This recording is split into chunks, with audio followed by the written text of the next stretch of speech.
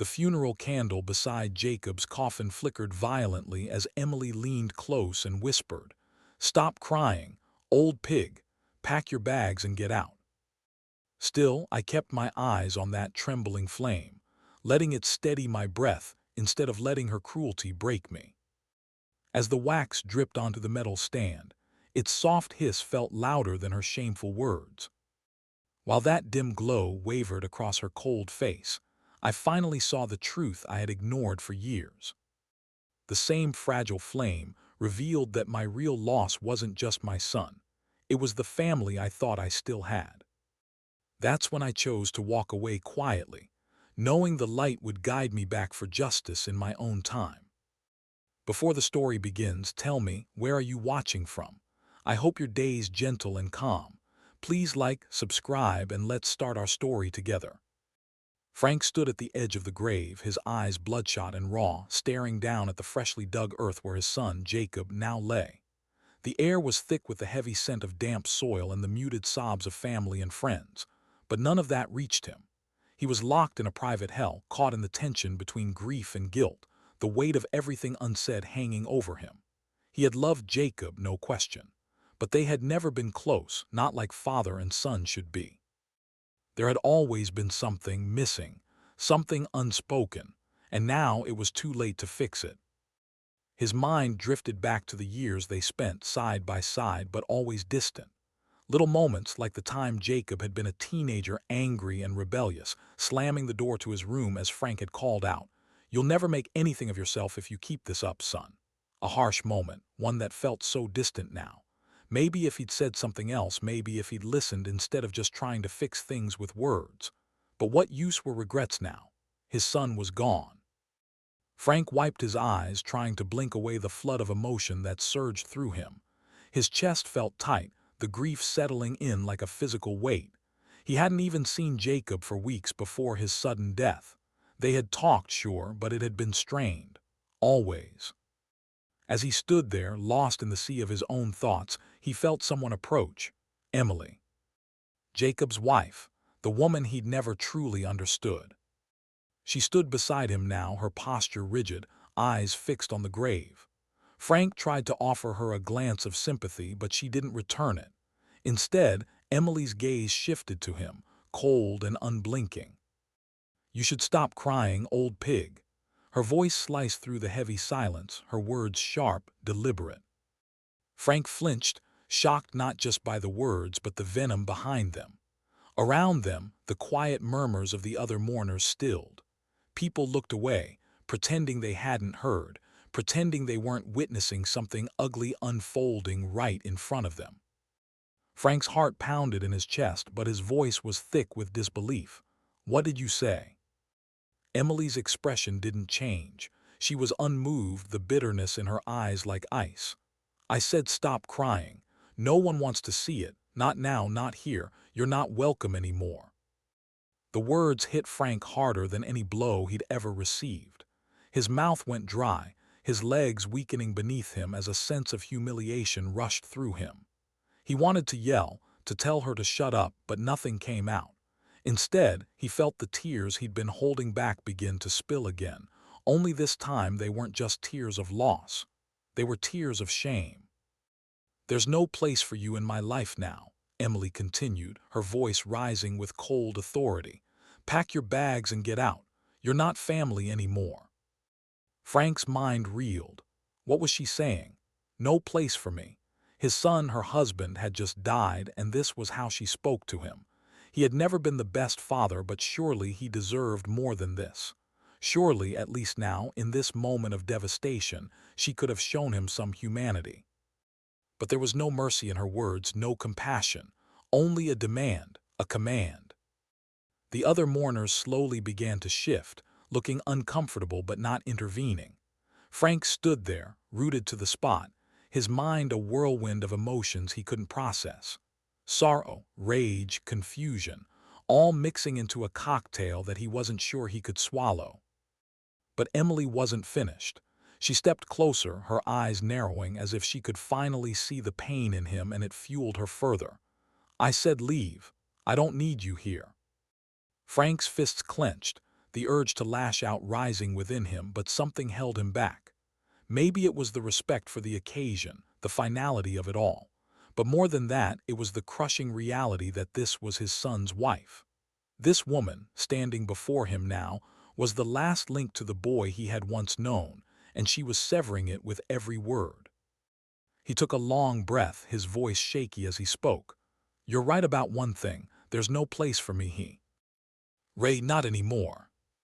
Turning away, he walked slowly back toward his car, each step feeling heavier than the last. The funeral, the ceremony, it all continued behind him, but Frank couldn't shake the sting of Emily's words. There was a hollow pit in his chest now, the kind you feel when you realize that someone you thought was family has just discarded you. And the worst part, he wasn't sure how he would ever navigate this new, hostile reality. He wasn't sure if he even wanted to. The sounds of the service echoed in the distance as Frank got into his car. The weight of the grief and the bitterness pressed down on him, and the road ahead felt longer than ever. He had lost his son, but now he was losing his place in this family, too. And as he drove off, a single question haunted him. How was he supposed to live in a world where even his son's death wasn't enough to keep the family together? The funeral had ended, but Frank's battle was just beginning. Frank's fingers gripped the steering wheel as he drove through the quiet suburban streets, the weight of Emily's words still echoing in his ears. "Stop crying, old pig." He couldn't shake the chill in her voice.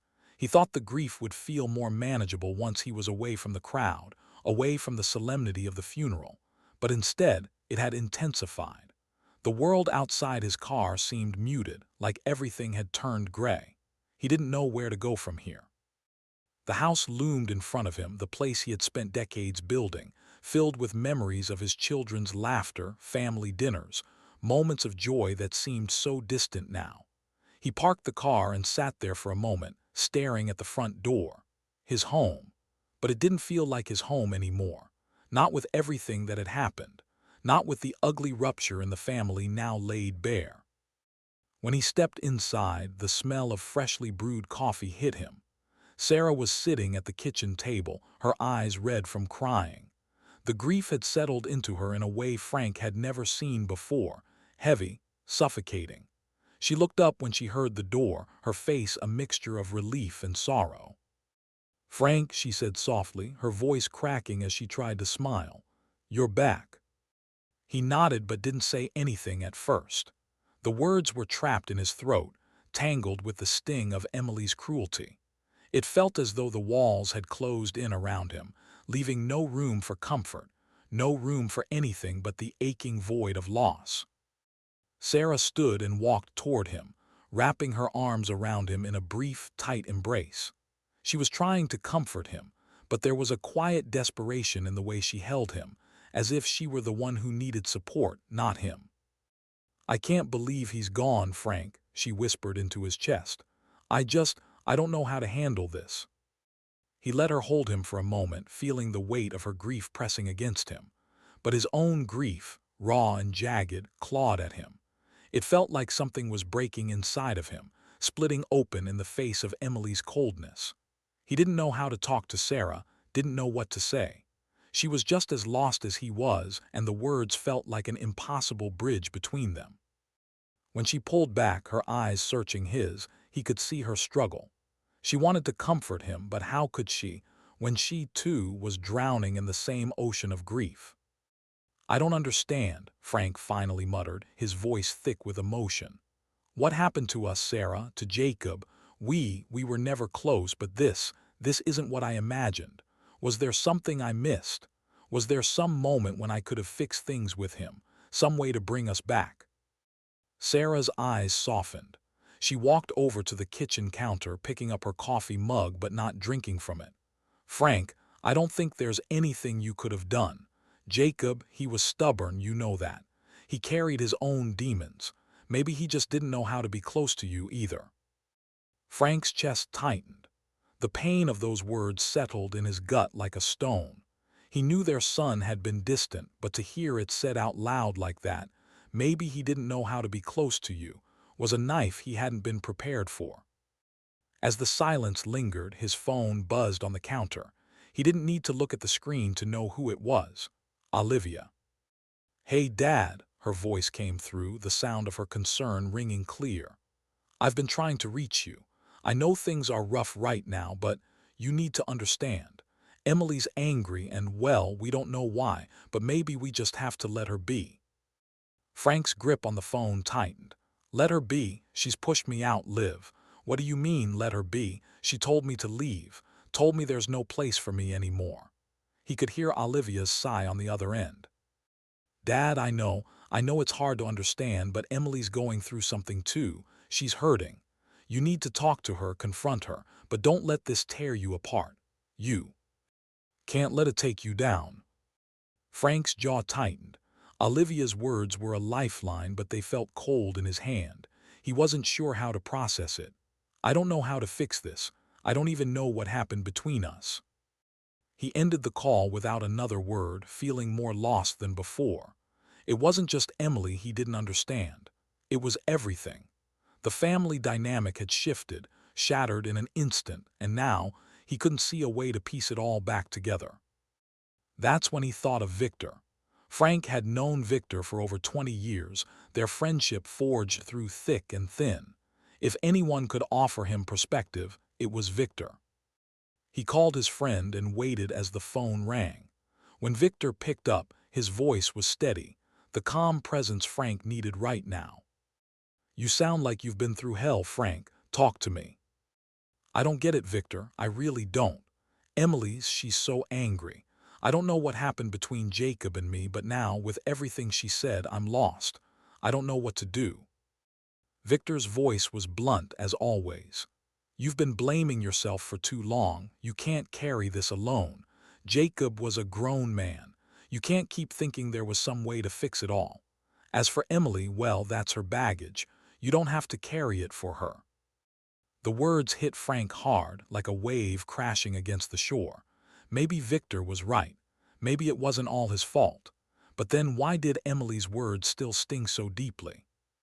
"I'm going to confront her, Victor," Frank said, his voice a mix of determination and despair. "I need to know why she's so angry, why she hates me." Victor's response was calm but resolute. "Then do it, but don't expect answers that make sense. Sometimes people's pain doesn't have an explanation, but you can't let it consume you. Not for her, not for anyone." Frank ended the call, his mind racing. He didn't know what he was walking into, but he couldn't back down now. He had to face Emily. He had to understand. As the tension built, Frank felt the heavy weight of the unknown pressing on him. Was this the breaking point for their family? Or could this conversation unlock something that could bring them back from the edge? He wasn't sure, but he knew one thing for certain. The truth was waiting, and he couldn't avoid it any longer. The sound of Frank's footsteps echoed in the quiet hallway as he approached Emily's front door. His heart hammered in his chest, each step heavier than the last. He hadn't been here in weeks, and everything about this house felt foreign to him now. The weight of his son's death still hung in the air, but now it was intertwined with the bitterness that Emily had unleashed at the funeral. "No place for you in my life anymore." Those words burned in his mind, a cold reminder of how far apart they had grown even before Jacob's death. But he couldn't back away from this conversation. He needed answers. He raised his hand and knocked, the sound sharp in the stillness. After a long moment, the door swung open, and there she stood, Emily, her expression as cold as a winter night. Her eyes flicked over him briefly, barely acknowledging his presence before she stepped aside to let him in. There was no warmth in her gesture, no recognition of the man who had once been part of her family. Frank's stomach churned, but he pushed the unease aside. He had to do this. "Emily," he began, his voice steady but his insides knotted. "We need to talk. About what happened today, about what you said." Emily didn't respond immediately. She just crossed her arms and leaned against the doorframe, her posture defensive, almost hostile. The silence between them thickened, suffocating. Finally, she scoffed, eyes narrowing with disdain. "Really? Now you want to talk?" She didn't sound surprised. In fact, it seemed like she'd been expecting this moment, bracing for it. "What do you want me to say, Frank? That I was wrong, that I shouldn't have told you to leave?" Her voice was laced with sarcasm, but there was no sign of regret in her eyes, just a cold, calculated fury. Frank took a breath, trying to steady himself. He could feel the anger rising in him, but he fought to keep it under control. "I don't know, Emily. I don't know why you said it. I don't know what's happened between us, why you've been so angry with us. But we need to talk about it. For Jacob's sake, if nothing else." Emily's face twisted, her lips curling into a sneer. "For Jacob's sake? Really?" She laughed bitterly, the sound jagged and cruel. "You don't get it, do you, Frank? You're the reason everything went to hell in the first place." The words hit Frank like a punch to the gut. He hadn't expected this, not in the way she said it. His pulse quickened and he stepped forward, though he was careful not to close the distance too much. "What do you mean? What are you talking about?" Emily took a slow breath, as if gathering herself for something heavy. She finally met his gaze, and when she spoke, her words came sharp like daggers. "You and your perfect little son. Jacob was always your golden child, wasn't he? Always the one you looked at with pride, like he could do no wrong. And me? I was nothing. Just the woman who had to sit by and watch you both fawn over each other, pretending like I didn't even exist." Frank blinked, stunned. He had no idea. Sure, he'd always been proud of Jacob, but he hadn't realized how deeply his relationship with his son had poisoned everything else. "I never meant to." "No," Emily cut him off, her voice rising.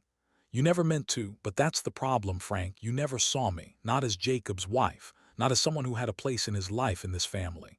She paused, her eyes suddenly dark with something deeper than anger. It was hurt, pure, undiluted hurt. "Do you have any idea what that felt like? Being the third wheel in your family, constantly fighting for space, for attention, for anything that didn't involve you and Jacob." Frank stood frozen, the shock of her words settling deep inside him. He could feel his pulse in his ears, drowning out the rest of her voice. He had never understood how she felt, never even considered the possibility. He thought it was just her coldness, her distance. But now, with her words hanging in the air, he realized how wrong he had been. Frank began, but he couldn't finish. The realization hit him too hard. He had been so focused on his own struggles with Jacob, so wrapped up in their fractured relationship, that he had ignored the woman standing before him. His daughter-in-law, the one person who had been in his son's life day in and day out. Emily didn't wait for him to respond. "You never respected me. You never saw me as anything more than an afterthought. And now you want to come here and pretend like you're the one who's suffering. You've got some nerve, Frank." Frank's chest tightened. The words she was throwing at him were cutting deeper than he wanted to admit. She was right in a way he couldn't ignore. He had failed to see her, but the anger in her voice, he couldn't let it swallow him whole. This wasn't the way it was supposed to go. He had come here to find answers, to understand. "I'm sorry," he said, the words barely a whisper. "I never meant to hurt you. I didn't see it. I—" "Save it," Emily spat, her face twisted in disdain. "It's too late for apologies. Jacob's dead and you're still trying to control the narrative. I'm done. I don't want to hear it anymore." The finality in her voice hit Frank like a wave crashing against the rocks. He stood there for a long moment, looking at her, trying to find something in her eyes, something that might soften the blow, something that could make this make sense. But there was nothing. Just the emptiness of a woman who had been driven to this point by years of neglect and bitterness. Without another word, he turned and walked out of the house, his legs feeling like lead, his mind reeling. The front door slammed behind him, and for the first time he didn't feel like part of this family. The fracture was too deep. But he was determined. He had to get answers. He had to know what really went wrong. Because if he didn't, Emily's bitterness would be the only thing left to define their family's story. And that Frank refused to let happen. The kitchen was dim, the only light coming from tea. The weak glow of the overhead lamp above the table. Frank sat across from Sarah, the weight of the past few days pressing down on both of them. It had been hours since he'd left Emily's house, but the conversation with her was still fresh, still cutting through him like a jagged shard of glass. The accusation, the bitterness in her voice, it all haunted him. Sarah hadn't said much since he came home, but now, sitting here in the quiet of their home, Frank knew they needed to talk. They couldn't keep avoiding it. Sarah's eyes were red-rimmed, her grief still raw.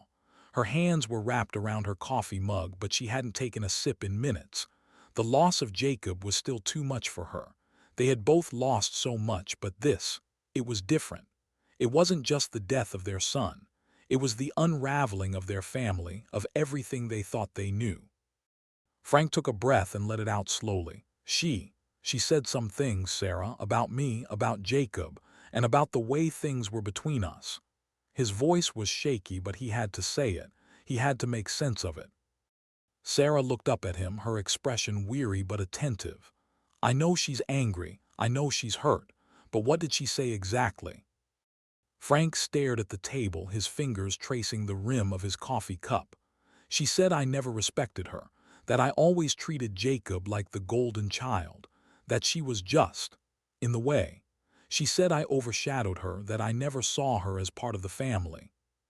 Sarah's brow furrowed as she listened. It wasn't a surprise, but hearing Frank say it out loud made it feel real, and the weight of it settled between them like a stone. I knew there were tensions, Frank, Sarah said quietly, her voice barely above a whisper. But I didn't realize it had gotten this bad. I knew Emily was always a bit distant, but I didn't know she felt so invisible. She shook her head as if trying to push away the painful truth. I didn't know you two were at odds like that. Frank sighed, the exhaustion of it all pressing in on him. I never wanted to hurt her, but maybe I wasn't there for her, not in the way I should have been. I spent so much time trying to fix things with Jacob, thinking that if I could just get through to him, things would get better. I didn't see how it was affecting her. Or maybe I just didn't want to see it. Sarah's gaze softened as she reached across the table, placing her hand over his.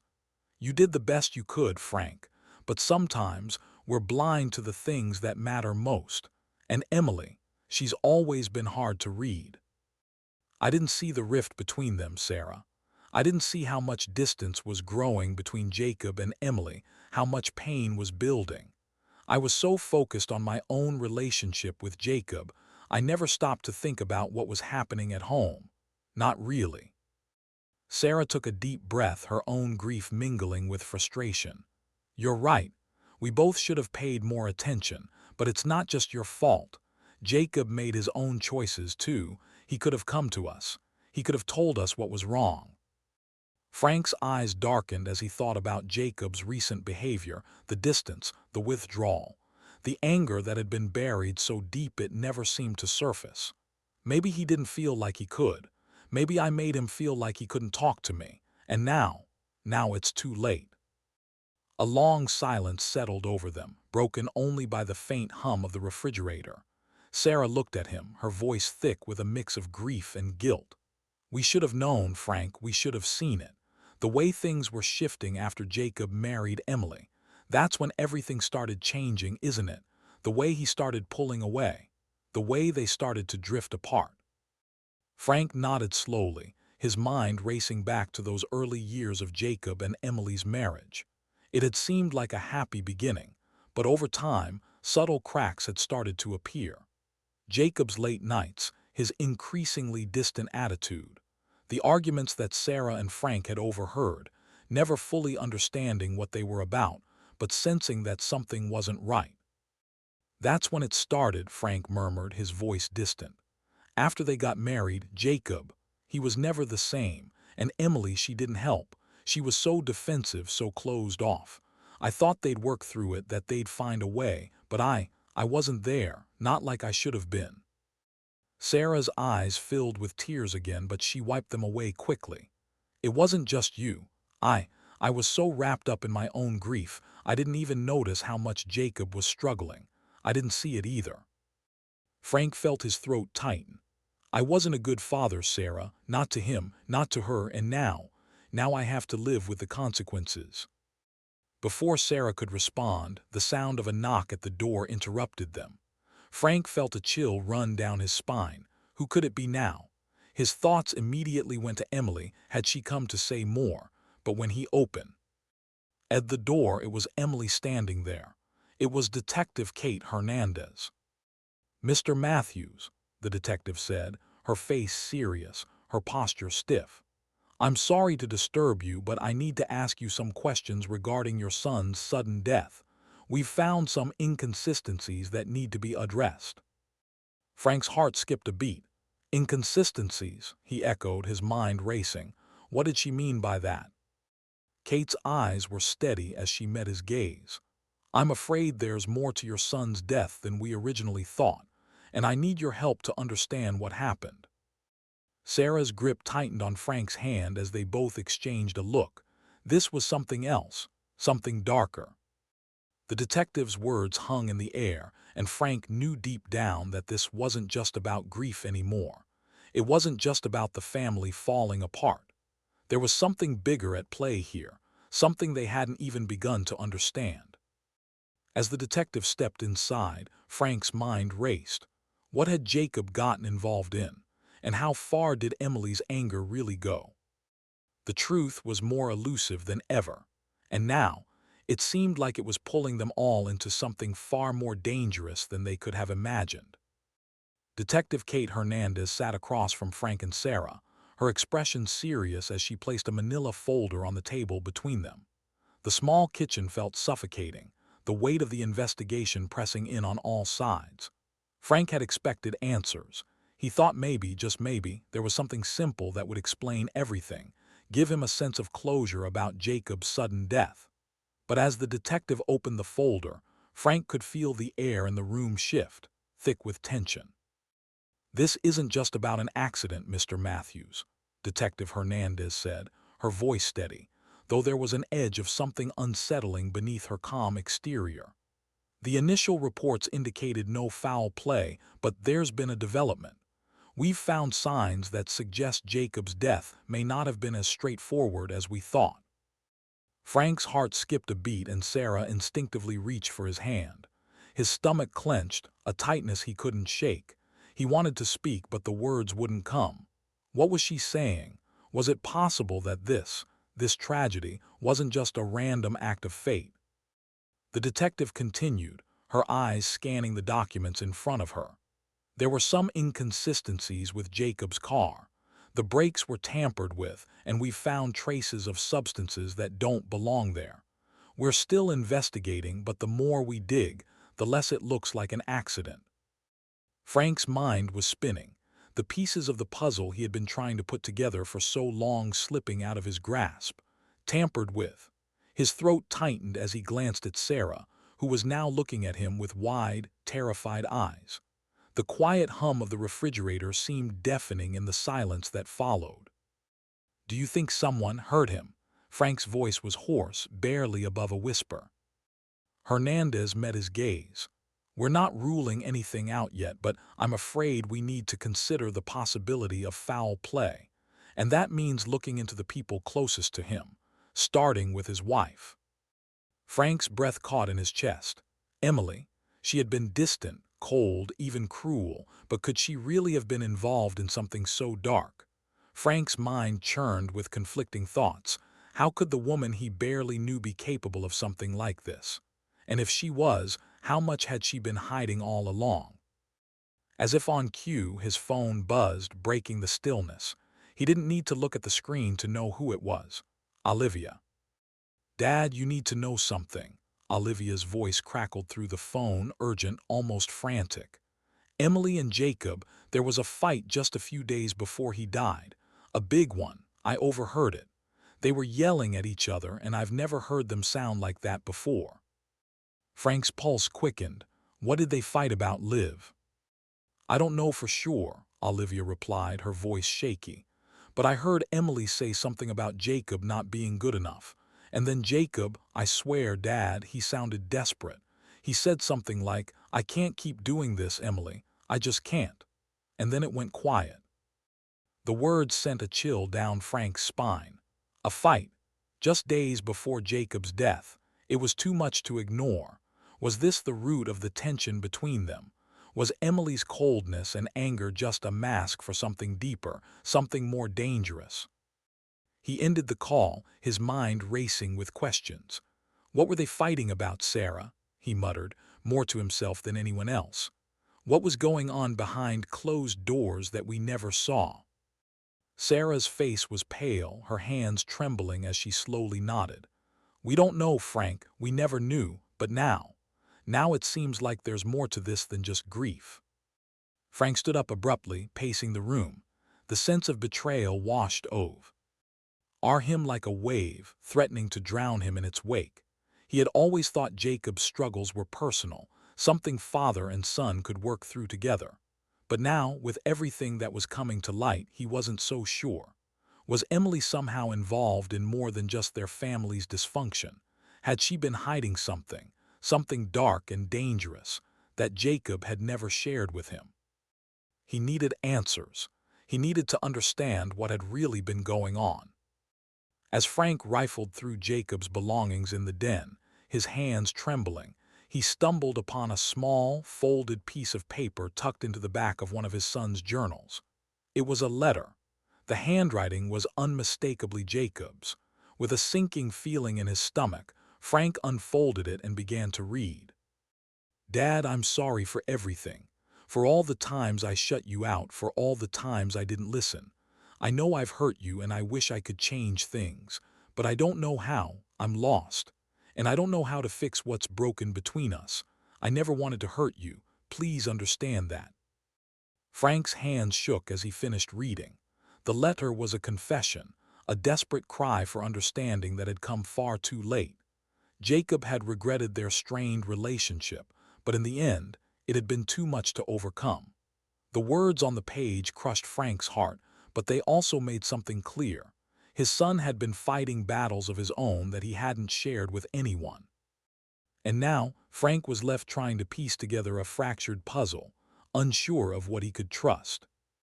But one thing was certain. Emily's behavior, the tension in Jacob's marriage, the secrecy, it wasn't just about their son anymore. It was about a much darker truth. As Frank sat there staring at the letter in his hands, the detective's words echoed in his mind. Foul play. Could Emily have been involved? Or was there something else lurking in the shadows, something even more sinister? Frank didn't know, but he was determined to find out, no matter what it took. Frank sat in the dim light of his living room, the pile of documents and papers spread out before him like a map to a place he hadn't wanted to go. His fingers hovered over the papers, his mind racing as the pieces of his son's life began to take shape in ways he hadn't anticipated. Emily's words, the fights, the secrets, none of it had made sense until now. The truth was beginning to feel like a shadow, one he couldn't escape, no matter how hard he tried. Since the detective's visit, Frank had started digging deeper, wanting to understand the truth behind Jacob's death. The more he searched, the more troubling it became. The whispers of Jacob's secret meetings with people Frank didn't recognize. The mysterious bank transfers, large sums of money that didn't add up. It was all pointing to something dark, something that Frank couldn't yet comprehend. But he was certain of one thing: Emily had to know something. She was more involved than she was letting on, and Frank could feel it in the pit of his stomach. Detective Kate Hernandez had called earlier, her voice a little grimmer than usual. We're finding connections, Mr. Matthews. Jacob was involved in something dangerous, and we're still piecing together the details. I can't tell you everything yet, but I can tell you this much.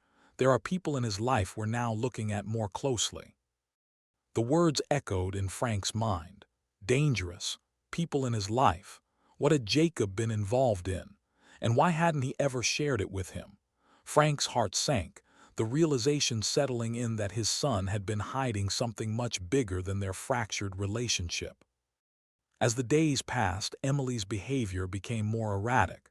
She withdrew from the family entirely, avoiding Frank's calls, canceling visits. When Frank did manage to get a hold of her, she spoke in short, clipped sentences, her voice distant and defensive. I don't know what you want from me, Frank, she snapped during one of their brief exchanges. I've already said everything I'm going to say. Frank couldn't understand it. She had always been cold, but now it was as if she was shutting down entirely. The woman he had once called his daughter-in-law was unraveling before him, and Frank didn't know how much more of this silence he could bear. Late one night, as Frank sifted through Jacob's personal belongings, papers, receipts, and financial statements, he came across something that nearly stopped his heart. It was a series of emails, cryptic messages exchanged with an unknown contact. The messages were filled with financial jargon, the type of language Frank didn't understand, but the numbers didn't lie. There were debts, loans, and transactions that didn't belong. He sat back in his chair, staring at the screen, his mind racing. What had Jacob been mixed up in? Was it possible that all these years, his son had been hiding a double life? Frank couldn't reconcile the young man he'd known, the one who had struggled but never openly sought help, with the person these messages were revealing. He thought back to the man Jacob had become in his final years, the isolation, the way he had pulled away from the family, the strained moments they'd shared.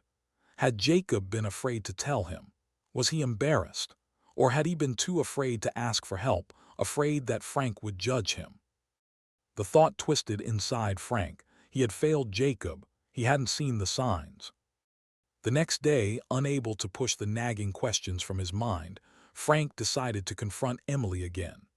This time, there was a determination in his steps, a need to uncover the truth, no matter how painful. He couldn't let her continue to hide behind the walls she had built, not now, not when so much was at stake. When Emily answered the door, her expression was colder than before, her eyes avoiding his. "Frank, I don't have time for this," she muttered, stepping back as if to shut the door. But Frank pushed it open slightly, not letting her close him out again. "I need answers, Emily," Frank said, his voice low but firm. "I know there's more going on here, and I need you to tell me the truth. About Jacob, about everything." Emily's jaw clenched, her fingers twitching at her sides as if she were holding herself back. She took a step forward, her gaze hard. "I told you everything I know," she said through gritted teeth. "Jacob made his choices, and you can't change that, so don't come here asking me to fix it." "I'm not asking you to fix it," Frank replied, his voice thick with frustration. "I'm asking you to help me understand. You were the one closest to him, Emily. You must have known what was going on." Her eyes flashed with something Frank couldn't quite place, anger maybe, or something darker. She shook her head, taking a step back. "I'm done talking about Jacob. I'm done with all of this," she spat, her voice rising.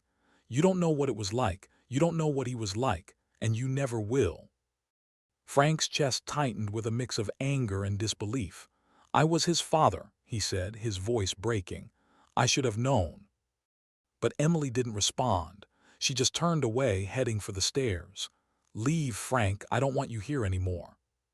He stood frozen, staring at her retreating back, his mind swirling with unanswered questions. What was she hiding? What had Jacob been involved in that she was so desperate to protect?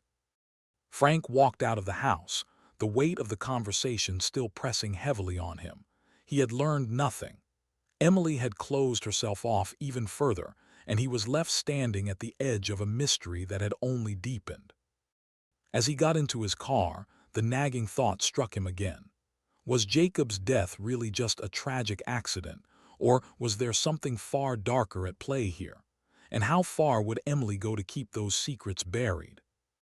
Frank wasn't sure, but one thing was certain.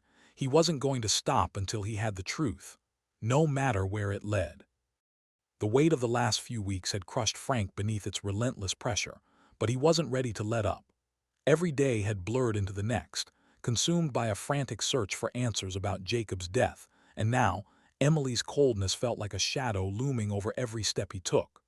The truth was elusive, hiding just out of reach, and Frank's mind churned endlessly, trying to fit together the fragments of his son's life that he had never truly understood. But today, things felt different. Victor was coming over. Victor, the one person who had always been able to offer clarity when Frank's world felt too dark to navigate. Victor had been his friend for over 20 years, through every up and down, every joy and loss. He was the kind of friend who told Frank what he needed to hear, not just what he wanted to hear. And today, Frank needed that. He needed someone who could pull him out of this spiral of anger and grief before it consumed him completely. When Victor walked through the door, Frank immediately felt the weight on his shoulders lighten just a fraction. Victor's presence was familiar, grounding. His face, worn with age and experience, softened when he saw Frank. "Been a while, hasn't it?" Victor said, his voice gruff but warm. He clapped Frank on the shoulder, an easy gesture that spoke of years of shared history. "How are you holding up, man?" Frank let out a breath, half laughing, half sighing. "Not great, you know how it is." Victor's gaze softened and he pulled up a chair, sitting across from Frank. "I get it. Losing Jacob, losing the future you thought you had with him, it's a hell of a thing. But you're spiraling, Frank, I've seen it. You can't let your anger cloud everything else. You're looking for answers, boo. You're missing the one thing that'll set you free: peace." Frank's hands tightened into fists on the table. "Peace? How the hell am I supposed to find peace when everything I thought I knew about my son, about this family, has been shattered? When Emily," he broke off, anger and frustration thick in his voice, "when she's just shutting me out like this, like I never mattered to her or Jacob." Victor's eyes softened, understanding but firm. "I'm not saying you should forgive her, Frank. I'm saying you need to stop letting her control your every thought. You're better than that. The truth is buried somewhere, but you won't find it while you're consumed by resentment. You have to find a way to look at this without the blinders on. It's the only way to honor Jacob." Victor's words struck a chord in Frank's chest, a sharp reminder of how lost he had become in his pursuit of justice, or perhaps revenge. The weight of it all, Jacob's death, Emily's behavior, had pushed him to the edge, and he had nearly lost sight of everything else. But how could he just forgive? How could he let go of the rage? He didn't have an answer, but something in Victor's steady gaze made him realize that maybe, just maybe, he could find a way out of this hole he had dug for himself. "I don't know how to do this," Frank admitted, his voice low. "I don't know how to stop this obsession, with Emily, with everything. It's like I can't think of anything else." Victor leaned back, eyes thoughtful. "Maybe it's time to look at Emily a little differently. The way she's acting, it's not just anger, Frank. There's something deeper there, something in her past that she's not letting go of. I've known her for years, and I can tell she's hiding something. Maybe she's not just angry at you or Jacob. Maybe her anger runs a lot deeper than that." Frank frowned, trying to piece together the puzzle in his mind. "You think she's hiding something?" Victor nodded slowly. "We all have our scars, man. You've seen how she reacts when you bring up Jacob, how she shuts down. It's not just because of him. It's something she's been carrying for a long time. Maybe it's time you started digging into her past. It could explain a lot." Frank felt a tightness in his chest as he thought about it. Emily's past. What was it that made her this way? How much of her coldness toward him, toward Jacob, was rooted in something she'd never shared? Before Frank could respond, he heard Sarah's voice from the other room. She stepped into the kitchen, concern etched across her face. "Frank," she began, her tone careful, "we need to talk. This search for answers, it's consuming you. I can see it. You're not even here anymore. You're lost in this investigation, and it's pulling you away from everything else. From me, from what we need right now." Frank's stomach tightened. He hadn't wanted to face this, but Sarah was right. He had been so focused on Jacob, on the mystery of his son's life and death, that he had pushed his wife aside. He hadn't even noticed how her own grief had been building. "I didn't mean to neglect you," he said, his voice thick with guilt. I don't know how to stop. I don't know how to stop until I find the truth." Sarah's eyes softened, but there was pain in them. "I know you need answers, but we're falling apart, Frank. You've been so consumed by this that I don't know who you are anymore. We've both lost Jacob, but we're losing each other too." Frank's heart clenched at the realization. How had he let it get this bad? Victor spoke up quietly, his voice low but steady. "Maybe it's time you both got some help, some real help, therapy. You're both drowning in this pain, and you're not going to get through it alone." Frank stared at Sarah, her eyes filled with a quiet desperation. Could they find their way back? The thought of therapy, of confronting their own pain, felt like a distant hope, but Frank knew Victor was right. If he didn't start healing with Sarah, if they didn't rebuild together, he would lose everything. "Okay," Frank said finally, his voice softer. "Okay, we'll do it, we'll get help." Victor gave him a small nod, his expression approving. "Good, now let's get back to Emily." The weight of it all settled back onto Frank's shoulders. The investigation, the truth about Jacob, and now this new piece of the puzzle, Emily's hidden past. He wasn't ready to give up on finding the truth, but for the first time he wondered if maybe, just maybe, the truth would set him free and not just destroy him. But one thing was certain, this journey was far from over. Frank sat at the table in his study, the pile of old family records and documents spread out before him. His fingers traced the edges of photographs and letters, each one a relic of a time when things had been simpler. But the deeper he dug into Emily's past, the less simple it seemed. There was a darkness to it, a history of pain, manipulation, and betrayal that he hadn't seen coming. And it was all starting to make sense now, the pieces of the puzzle slowly clicking together. Victor sat beside him, flipping through the files Frank had managed to dig up. They'd spent the last few days tracking down old friends, digging through social media profiles, and reaching out to people who might know more about Emily's life before she married Jacob. The more they uncovered, the more Frank realized how little he truly knew about his daughter-in-law. The woman who had once been a part of his family was a stranger in many ways, her coldness and anger now explained by a past that seemed anything but stable. Victor leaned back in his chair, a quiet sigh escaping his lips. "You know, Frank, I've been doing this a long time. People don't just become cold like Emily without a reason. There's usually something in their past, something that shapes them into who they are." Frank nodded, feeling the weight of what they were uncovering. "So, what is it? What's the real story here?" Victor hesitated for a moment before speaking slowly. Emily's childhood wasn't easy. Her parents, they weren't the loving type. From what I've gathered, they abandoned her when she was young, left her to fend for herself, to figure out life on her own. She never had that stability, never had someone to teach her how to trust, how to love. Frank felt a pang of sympathy, but it was quickly swallowed by the anger that had been building for weeks. "So that's it. She had a rough childhood, and now she's taking it all out on me and Jacob, on the whole damn family." Victor looked at him, his eyes filled with understanding. "No, Frank, it's not that simple. People like Emily, people who have been hurt like that, they build walls. They push everyone away before anyone can hurt them again. It's a defense mechanism.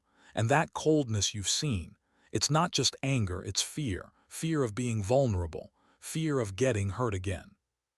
Frank rubbed his temples, trying to make sense of it. The Emily he had known was so different from the woman Victor was describing. The manipulative, distant woman who had barely mourned her husband at his funeral. The woman who had cut him out of her life completely, even after everything they had been through together. But now, with this new information, things were starting to fall into place. Emily's resentment, her inability to connect with anyone, especially him, wasn't just her being difficult. It wasn't just her being a cold, heartless person. It was the result of years of emotional trauma. She had never learned how to trust, how to love. Frank leaned back in his chair, the realization settling over him like a weight. He hadn't just lost Jacob, he had lost his daughter-in-law too, and he didn't know how to fix it. The more he thought about it, the more his anger began to dissipate, replaced by something far more complicated. Sympathy. He could see how Emily had become the person she was, but that didn't make her behavior any easier to accept. Especially not how she'd treated him after Jacob's death, after everything they had been through. He stood up, his hands trembling. "I don't know how to feel about any of this, Victor. On the one hand, I feel sorry for her, about her childhood, about what she went through, but on the other hand—" his voice trailed off, the sting of betrayal still sharp. "She's my family, Victor. I don't know how to reconcile this new understanding with the things she's done." Victor sighed deeply, his expression softening. "It's not about excusing her behavior, Frank. It's about understanding it. And sometimes the truth doesn't give us easy answers. You can't fix what's broken in Emily, but you can try to make peace with it, for your own sake." Frank nodded slowly, but doubt still gnawed at him. How could he forgive her for her cruelty? How could he move past the way she had treated him, dismissed him, at Jacob's funeral? The coldness in her voice, the way she had turned him away when he needed her most. "You're right," Frank said quietly. "I need to understand her, but it's hard, Victor. It's hard to separate the anger from the sympathy." Victor leaned forward, his eyes intense. "I know, but the real question is, Frank, do you want peace? Because if you do, it's going to take more than just understanding Emily. You've got to find a way to let go of the anger, for you, not for her." Frank felt a wave of exhaustion wash over him. The last few weeks had been a blur of grief, confusion, and suspicion. But now, with Victor's help, things were starting to come into focus. He wasn't sure if he was ready to forgive Emily, if he ever would be. But one thing was clear: he couldn't move forward without understanding the truth. The whole truth. He stood up, the decision slowly solidifying in his mind. "It's time," he said, his voice steady despite the storm inside him. "Time for one final conversation with Emily. It's time to get the answers I need. I have to know what really happened with Jacob. I have to know if we were ever truly a family." Victor nodded, his gaze unwavering. "I'll be here, Frank, but just remember, sometimes the truth is a bitter pill to swallow. Are you ready for that?" Frank's heart tightened, but he knew he had no choice. He had to face it. He had to face Emily. He had to face everything that had been broken between them. The next step was inevitable, but Frank wasn't sure if he was ready for what lay on the other side. Would Emily finally tell him what had been hidden all these years? Or would the darkness only grow deeper? The silence in the room felt like a warning. But Frank knew one thing for sure: he couldn't turn back now. Frank stood outside Emily's door, his hand hovering over the knocker, the weight of everything he had uncovered pressing heavily on him. He'd never been a man to shy away from confrontation, but this was different. The anger, the hurt, the betrayal. He didn't know if he could handle hearing what Emily had to say. But he had to know. He had to understand the truth about Jacob, about her, about everything that had been hidden behind her cold exterior. He knocked once firmly. No answer. He waited a moment, then knocked again, this time with more force. The silence that followed was suffocating, thick with tension. He could hear movement inside, footsteps, a shift in the air. Finally, the door creaked open, and there she stood, her eyes tired, her face pale and unreadable. "What do you want, Frank?" Emily's voice was sharp, her words clipped, like she was bracing herself for another confrontation she didn't want. "I need answers," Frank said, his voice low but steady. "I need to understand why you pushed me away, why you treated me the way you did after Jacob's death, why you've shut me out after everything." Emily didn't answer right away. She stood in the doorway, her posture tense, her eyes refusing to meet his. Frank could feel her pushing him away, but he wasn't going to back down. Not this time. "I'm not going to leave until you talk to me, Emily," he said, his voice firm now, laced with a quiet determination. "You owe me this. You owe Jacob this." Finally, Emily sighed, her shoulders slumping. She stepped back from the door, opening it wider, a silent invitation for Frank to enter. He hesitated for a moment, then stepped inside, the familiar scent of the house clinging to the air, bringing with it memories of a time when things had been simpler. Emily led him into the living room, her movements stiff, and sat down on the couch, keeping a noticeable distance between them. Frank sat across from her, waiting for her to speak. The silence between them felt suffocating, but Frank knew he had to wait her out. "I'm not going to say I'm sorry, Frank," Emily finally spoke, her voice cold but filled with an edge he hadn't heard before. "I'm not going to apologize for anything." Frank's stomach churned, but he held his ground. I'm not here for apologies, I'm here for answers. Why did you treat me like that? At the funeral, you pushed me out of Jacob's life and you didn't even seem to care. Emily's eyes flashed with something bitter, something old and painful. You never understood, did you? She said, her voice thick with emotion. You never understood what it was like to be in his shadow. You always favored him, always. Everything he did, you praised him for it. But me, I was invisible to you. I was just his wife. The one who was supposed to stand by while you and Jacob did everything together. You never saw me as anything else. Frank felt the sting of her words. He hadn't known, had never understood how much his relationship with Jacob had affected her. He swallowed hard, trying to keep his composure. I didn't mean to make you feel like that. I didn't know. Of course you didn't, Emily cut him off, her tone sharper now. You never had to. You were always the perfect father, always the one everyone looked up to. And Jacob, he was perfect too. He could do no wrong in your eyes, but I wasn't perfect. I never could be. And that's what you never understood. That's why I pushed you away. Frank was stunned, his mind spinning as he processed her words. All these years, he had thought the distance between them was just her attitude, just her being cold, distant. But this was something deeper, something he hadn't seen, something that had been festering for so long that it had poisoned everything. I didn't know, he whispered, the realization hitting him like a punch. I never saw it. I never saw how much you were hurting, I thought. I thought I was doing what was best for Jacob, for the family. Emily's eyes softened for the briefest of moments, but the hardness quickly returned. You didn't understand me, Frank. You never did. And maybe that's why I started shutting you out. I couldn't let you in. I couldn't let you see how much I was hurting, how much I hated feeling like I was just a footnote in Jacob's life. Her words cut deep, and Frank felt the sharp sting of guilt twist in his gut. She had been drowning in her own pain, and he had never once reached out to help her. He had been so focused on his own relationship with Jacob that he hadn't seen the woman sitting right in front of him, struggling in her own way. The room fell silent again, and Frank, for the first time, truly understood the depth of Emily's anger and resentment. It wasn't just about Jacob. It wasn't just about their marriage. It was everything, everything that had built up over the years, a mountain of unspoken words, of unhealed wounds. Emily, I failed you, Frank said quietly, his voice breaking.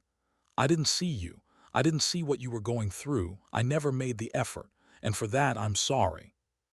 Emily looked away, her eyes dark with emotion.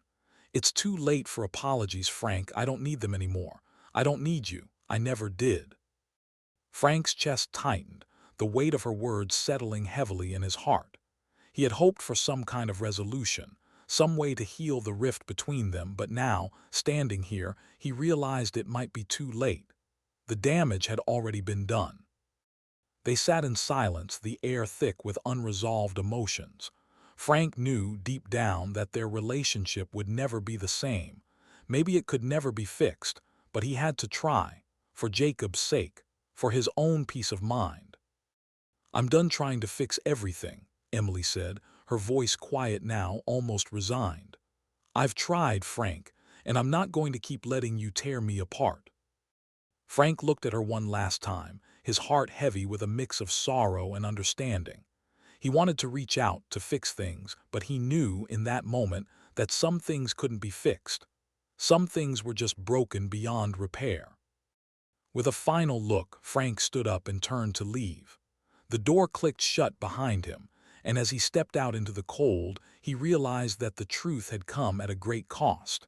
He had found the answers he was looking for, but they had left him with more questions.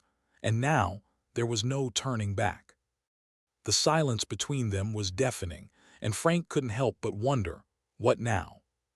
Frank stood at the window, staring out at the overcast sky, the dull gray clouds hanging heavy in the air. The world outside seemed just as uncertain as the one inside his heart. Emily's words still lingered, echoing in his mind like a haunting melody.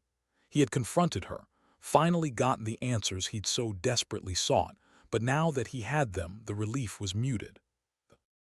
Truth had been painful, far more painful than he had anticipated. Emily's bitterness, her resentment, it all made sense now, but it didn't change anything. It didn't bring Jacob back. He thought about the years he had spent trying to bridge the gap between himself and his son, the moments they had shared and the ones they had missed. He hadn't been the perfect father, but he had tried. And in the end, that was all that mattered, wasn't it? Trying, even when it felt like everything was falling apart. As he walked through the house, the walls seemed to close in on him. The memories of Jacob were still there, still fresh, still vivid in the corners of the rooms. There were photos of a smiling young man, of family trips, of birthdays and Christmas mornings. But now, all those moments felt distant, as if they belonged to someone else. How had it all gone so wrong? He sat down on the couch, the weight of the day pressing down on him. His thoughts drifted back to the conversations he and Sarah had shared over the past few weeks. She had been his anchor, the one person who understood the depth of his grief, even when they had both been drowning in it. And now, as they both started to understand the reality of Jacob's life and death, there was a new kind of quiet between them, one that was not filled with anger or resentment, but with something softer. Something that Frank hadn't felt in a long time: acceptance. Sarah entered the room, her steps slow, her face still marked by the traces of her own sorrow. She stopped when she saw him, her eyes softening. Frank could see the quiet worry in her gaze, the same concern that had been there since the day Jacob died. She had been watching him closely, knowing that he had been struggling to move forward. "You okay?" she asked gently, her voice the calm he needed but didn't know how to ask for.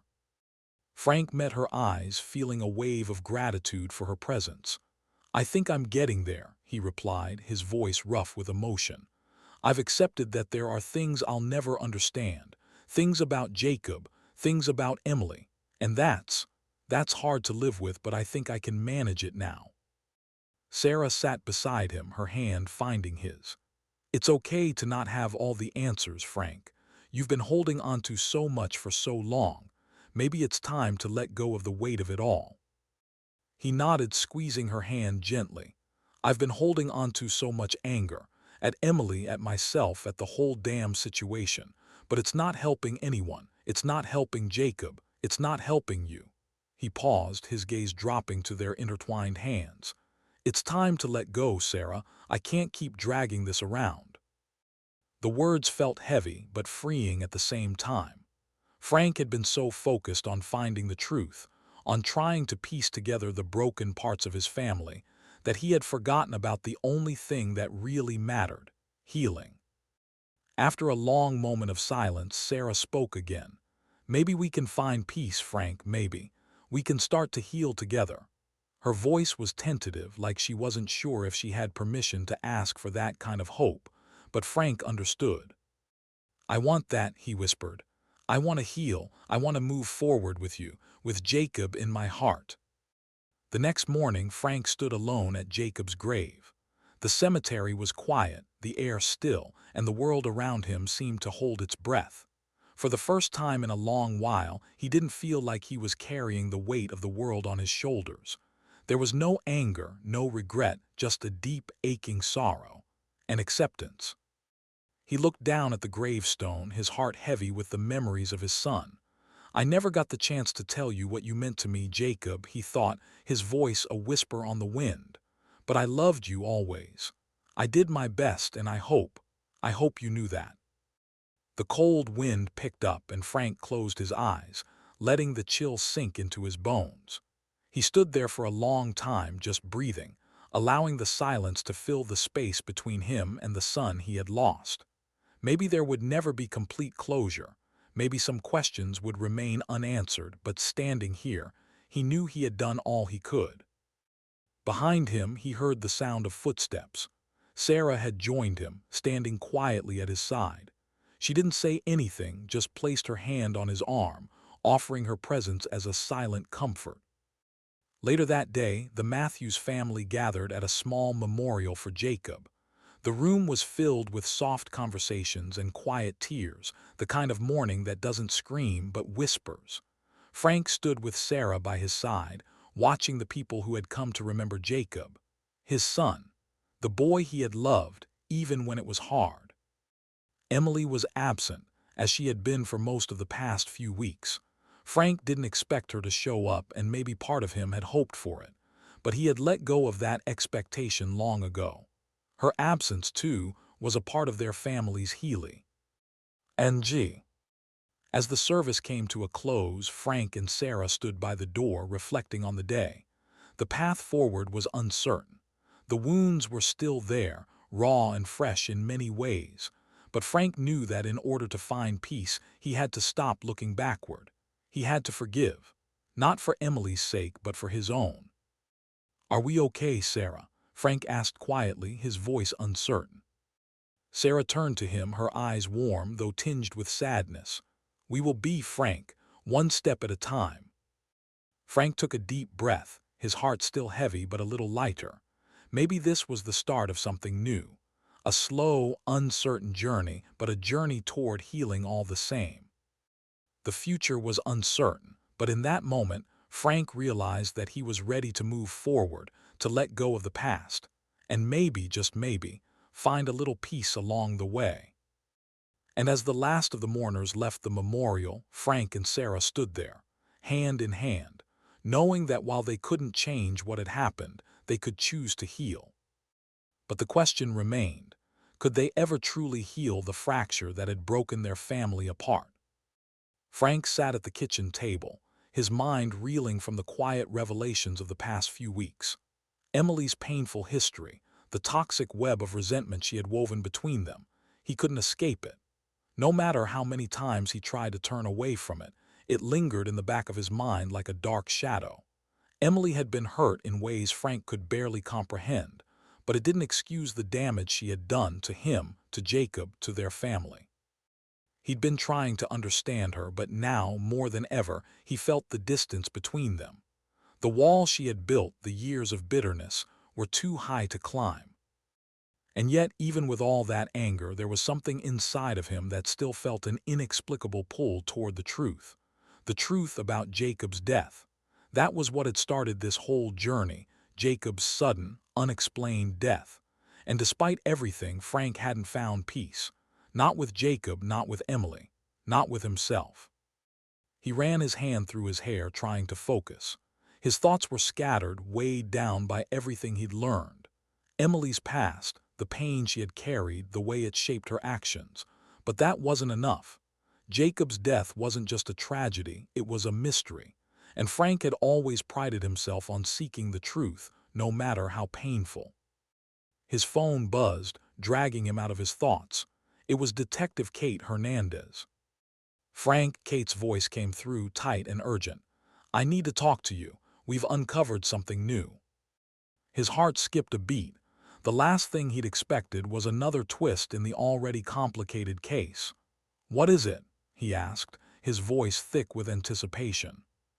"There are new developments," Kate continued, her tone grave. "We've been re-examining the evidence, and there's a possibility Jacob's death wasn't an accident. There are inconsistencies we missed the first time around. It's possible someone may have been involved." "Foul play, Frank." Frank's stomach churned. Foul play. His mind immediately went to Emily. It wasn't just the fight they'd had before Jacob's death. It was everything, the hostility, the way she had cut him off completely after. Could she have been involved in his son's death? The very thought hit Frank like a punch to the gut, knocking the breath out of him. "Are you saying Emily could have been involved?" Frank's voice was barely above a whisper, his words thick with disbelief. "I'm not ruling anyone out," Kate said, a pause hanging in the air between them. "But there are too many red flags. We're looking at all the possibilities.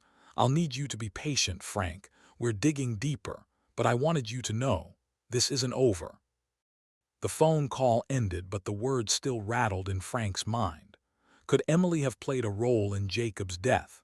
He wanted to believe it wasn't possible, that it was just the detective's frustration talking. But too much had already happened, and Frank couldn't shake the feeling that there was more beneath the surface. Emily's anger, her coldness, the things she had hidden from him, it all suddenly seemed much more dangerous. As he sat in the silence of his home, he realized that the fragile peace he'd been trying to rebuild with Emily might be an illusion. His son was dead, and now the possibility that Emily might have been involved in his death was too large to ignore. Sarah entered the room, her presence gentle but filled with concern. She could see it in Frank's face, the storm brewing behind his eyes. "What's going on?" she asked softly, crossing the room to stand beside him. Frank shook his head, trying to collect himself, but his hands trembled. "Kate just called. They've found something new. Jacob's death, it might not have been an accident.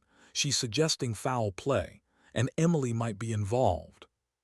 Sarah froze, the blood draining from her face. "Emily, you ca. Be serious, Frank." "I don't want to believe it," Frank muttered, rubbing his face in frustration. But the detective wouldn't say it if there wasn't something to it. Something's been off with her all along, and I can't ignore it anymore. "Frank, no," Sarah said, shaking her head. "This obsession, this need for answers, it's eating you alive. We've just started trying to heal, and now you're pulling us back into this darkness. I can't go through it again. We can't." "I'm not going to let this go, Sarah," Frank replied, his voice low but determined. "I need to know the truth. I need to understand what happened to Jacob, if Emily's involved, if she had anything to do with it."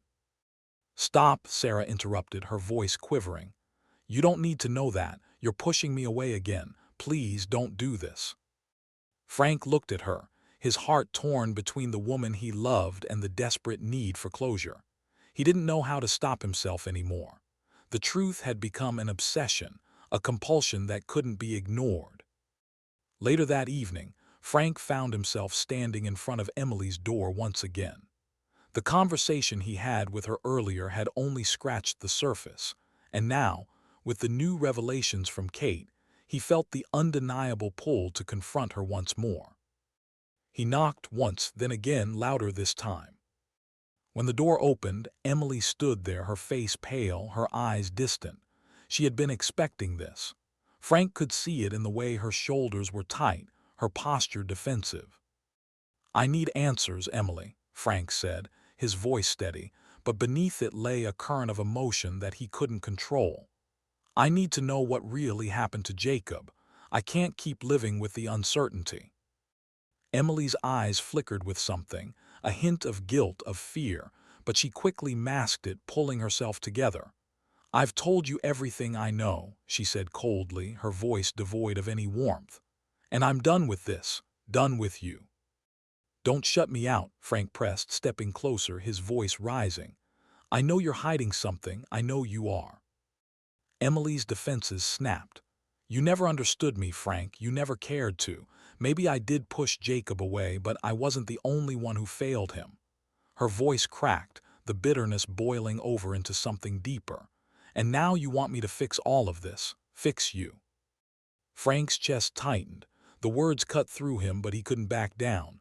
"I want the truth, now." But Emily turned away, closing the door without another word. The finality in the gesture was like a slap across Frank's face. Standing in the quiet hallway, Frank felt the walls close in around him. There were no answers here, no reconciliation, just the haunting knowledge that the truth, whatever it was, would remain elusive for now. And he was left standing in the silence, unsure of the next step. The questions lingered, unresolved, just like everything else. Frank found himself waking up earlier and earlier each morning, long before the sun had even risen. Sleep had become a stranger, shallow, restless, interrupted by the same haunting questions that circled endlessly in his mind. What really happened to Jacob? What was Emily hiding? And why did every answer he found only lead to another door he couldn't open? He sat at the dining table, surrounded by stacks of papers, bank statements, emails, photocopies of medical reports, even printouts of social media screenshots he barely understood. His world had shrunk into this one obsession, a desperate chase for closure that felt like it was slipping further out of reach with every step he took. The investigation had become his life. He barely noticed the passing days, barely heard Sarah's quiet attempts to draw him back into the present. All he could see now was Jacob, his son, his blood, buried under layers of secrets he had never known existed. Detective Kate Hernandez had called again that morning. Her voice was steady, but Frank could hear the concern under the professionalism. "We've found more inconsistencies in Jacob's financial records," she said. "Large, unexplained debts, transactions that don't match his income, money moving in and out of accounts he never told anyone about." Frank felt the familiar tightening in his chest. "What are you saying?" he asked, though he already feared the answer. "That your son may have been involved in something risky before he died," Kate replied carefully. "Something he didn't want anyone to know about." He ran a hand over his face, the skin feeling rough beneath his fingers. "Illegal," he whispered. "We can't confirm that yet," Kate said, "but it's possible." Frank sat in silence long after the call ended. Illegal activity, hidden debts, a trail of secrets that had slowly begun to surface. And now, a new question twisted like a blade in his mind. Did Emily know?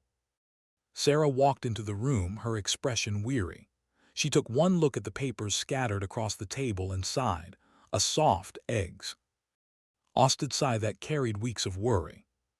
"Frank, you have to stop this," she said gently, placing a hand on his shoulder.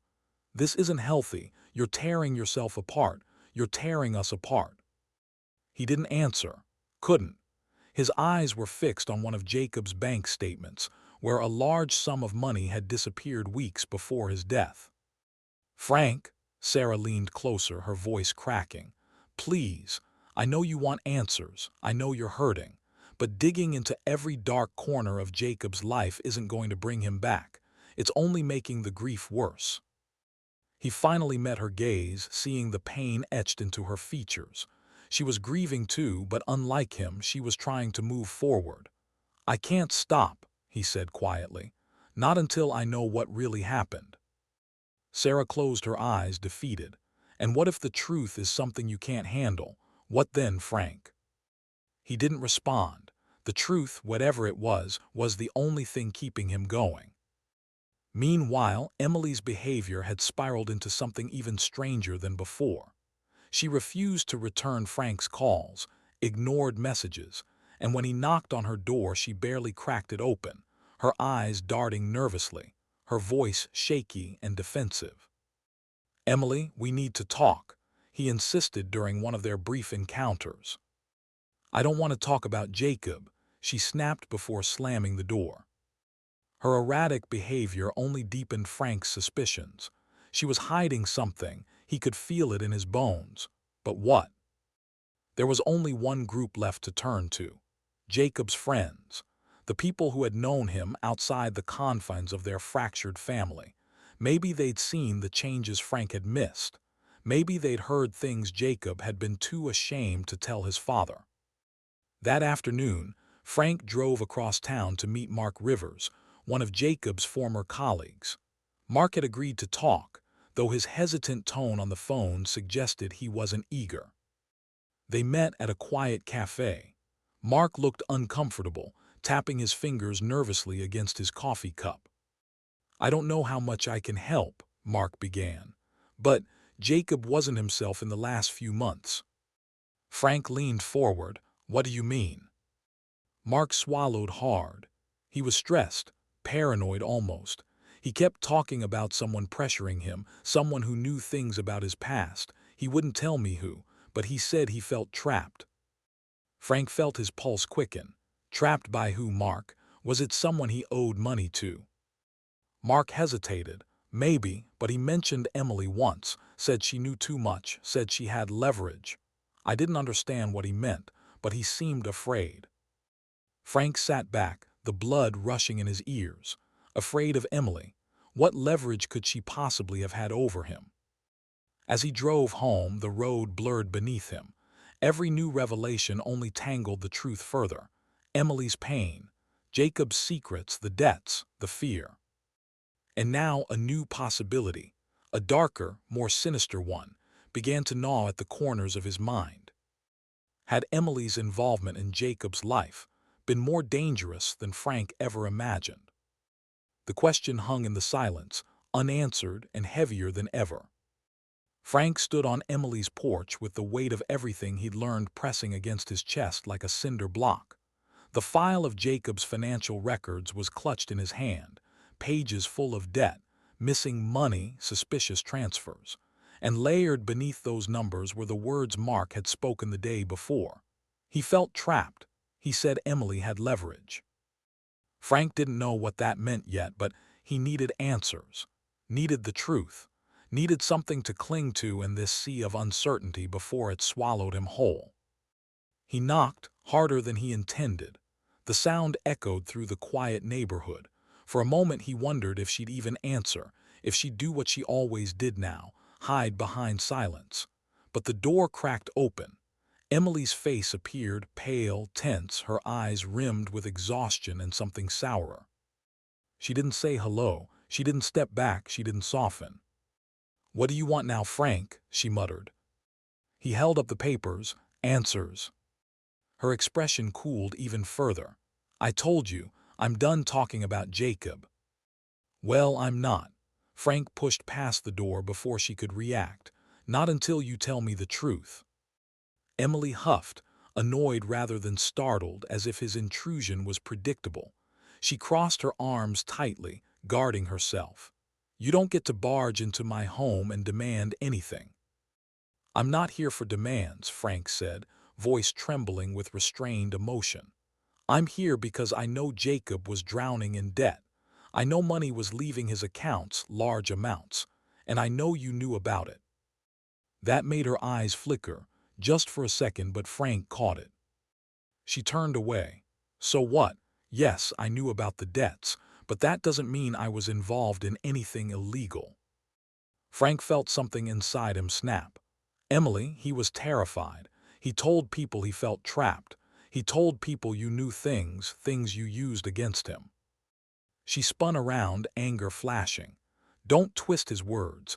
Jacob was a mess in those last months. He was frustrated, he was overwhelmed, he said things he didn't mean." She paused, swallowing hard. "But he was not afraid of me." Frank stared at her, trying to read her face, trying to separate truth from lies. He had loved Jacob deeply, but in some ways, he hardly knew the man his son had become. And now, he was trying to place the pieces together with nothing but broken shards. "You should have told us," Frank said finally, his voice cracking. "You should have come to us and said he was in trouble. We could have helped him." Emily looked at him with an expression so cold it could have been carved from stone. "Help? You can barely help yourself, Frank." Her words hit him like a blow. He took a slow breath. "He was my son," he whispered, "and you kept his struggles hidden from us." "I kept my struggles hidden too," she snapped, "because neither of you ever listened. You think I wanted to deal with debt collectors. You think I wanted to watch Jacob fall apart. You think I wanted to be the only one trying to keep our lives from collapsing." Her voice broke, but she didn't let the emotion through. She swallowed it, forced it back down like it was poison. Frank didn't know what to say. Everything inside him felt twisted, grief tangled with anger, love tangled with betrayal. There was no clarity here, just pain layered on top of pain. "You're hiding something," Frank finally said, softer now. "Maybe not about his death, but something important." Emily looked away, jaw tightening. "I'm hiding the same thing you are," she said. "The truth that Jacob was not the man either of us wanted him to be." The words hollowed him out. He had suspected it, but hearing her say it made it a reality he could no longer avoid. He turned toward the door, defeated. "I don't know what happened to my son. I don't know what part you played in his life falling apart.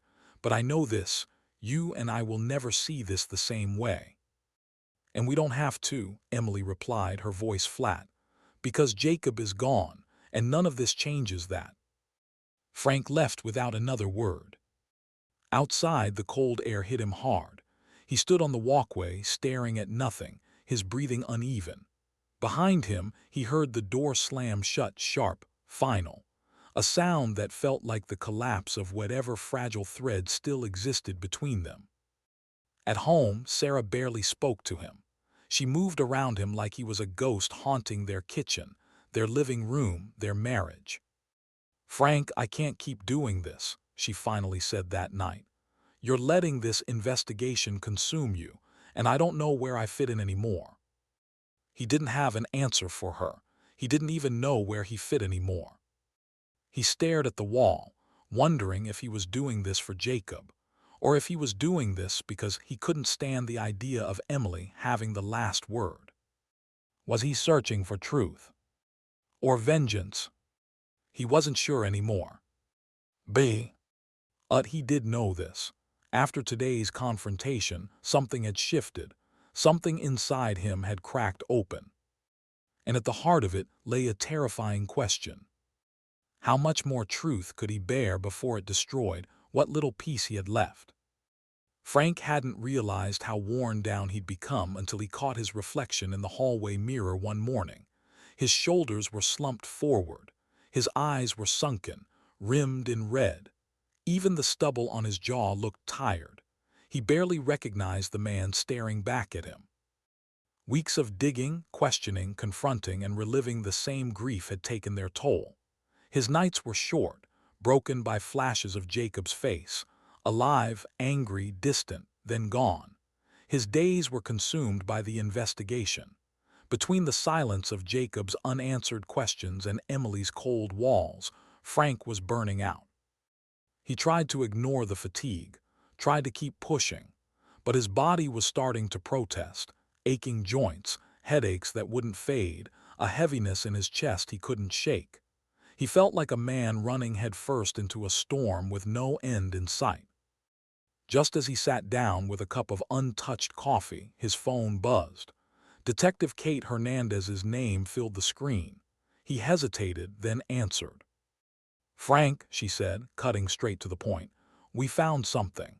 A series of messages Jacob received in the weeks before his death."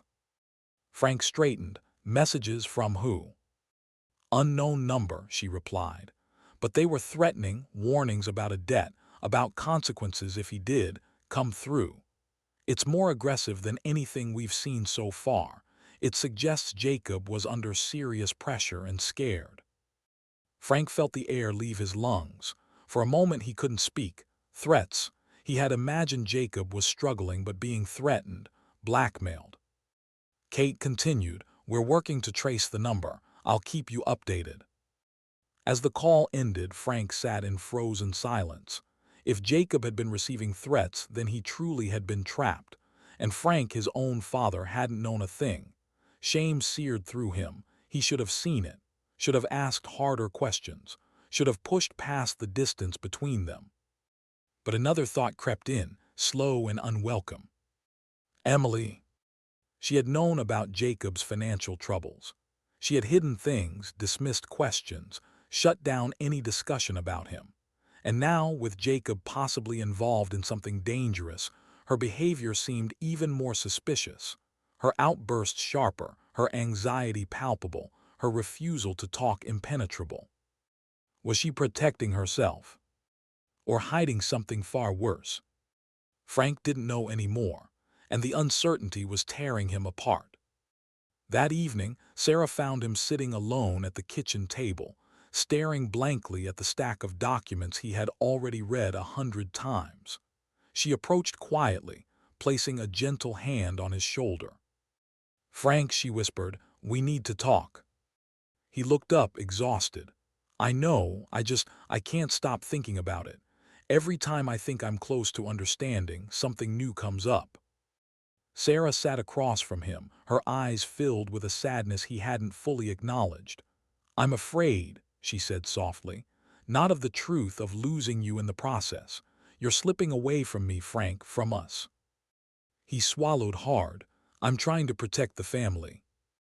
"No," she said gently, shaking her head.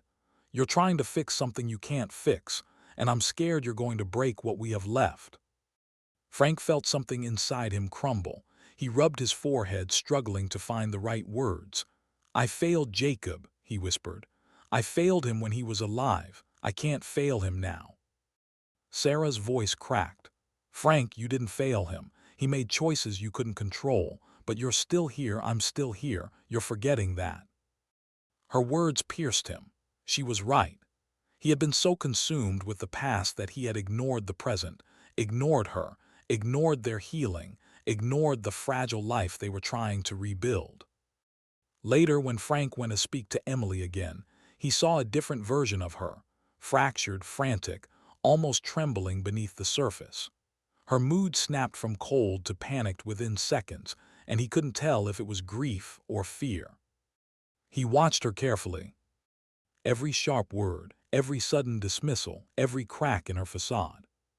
Was she hiding guilt? Or was she drowning under the weight of her own trauma? Frank couldn't say any more. His anger had begun to blur with pity, and pity began to blur with doubt. Driving home, the weight of everything finally sank into him, heavy, suffocating. The investigation, the secrets, the fighting, the sleepless nights, it was eating him alive. And for the first time, a terrifying thought crossed his mind. Maybe I can't do this anymore. Maybe the truth, whatever it was, wasn't worth the emotional cost. Maybe letting go wasn't weakness. Maybe letting go was survival. But as that thought settled, another emerged, darker, sharper. If he stopped now, would he ever forgive himself?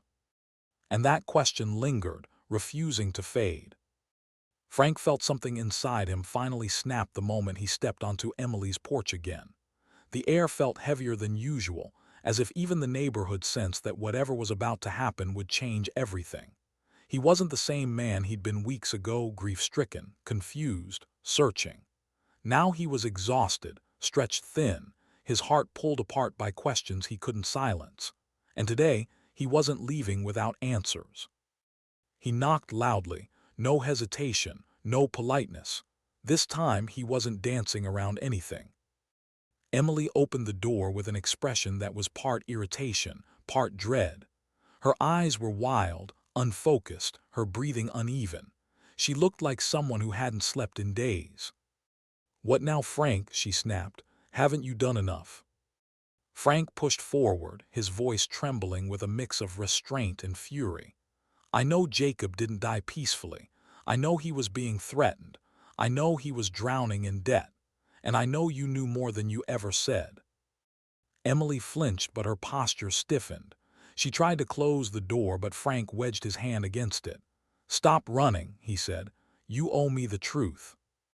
She glared at him, her voice cracking. "The truth? You want the truth when you wouldn't listen to a word I said while Jacob was alive? Fine, come in."